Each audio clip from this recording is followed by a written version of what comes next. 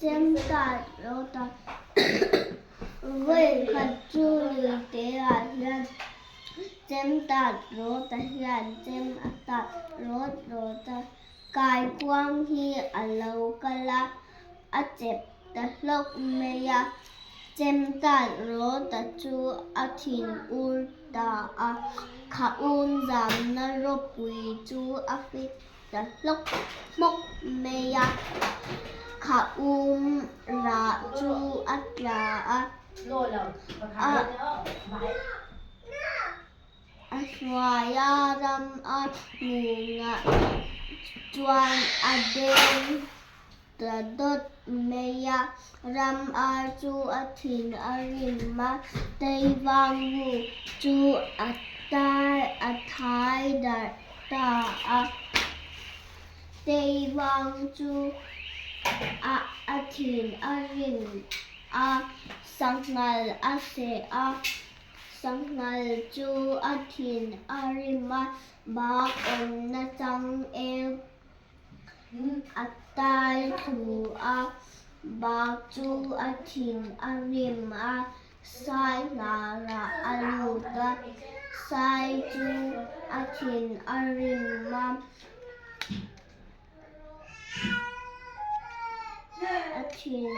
thin rim ra tu chu atlan ta phua a meya Peter te in achil cheta buan meya Peter te chu athin a rim a tui khun na ra a ta chau meya mi ten an ron hawa an ron mu chuan Peter te chu an hau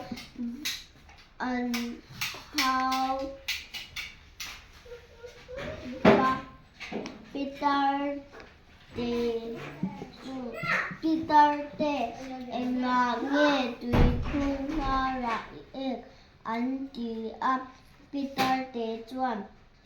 enga nge sain ka in a chi chiat a ti a enga nge saya Peter te in I chi chiat an ti a sai chuan enga nge ka na ra bak a lu a ti a enga nge ba ka sai na ra I lu an ti a bak chuan enga nge ka om na chang el sakalin at tai khu a ti a enga nge ngala bak om na chang el I tai khu an ti a sakal chuan enga nge tai wangin mi se a ti a enga nge tai wang sakal I se an ti a tei wang chuan enga nge ram a rim ka bu a tai khu a thai dar a ti a enga nge ram a tei wang bu I thai dar an ti a ram a chuan enga nge ka ngu ma kha u min a den a ti a enga nge u ma ram a ngu nga I den an ti a kha chuan enga nge ka zam na ro pui chem ta ro tan a fik a ti a enga nge chem ta ro kha zam na ro pui isa chun an ti a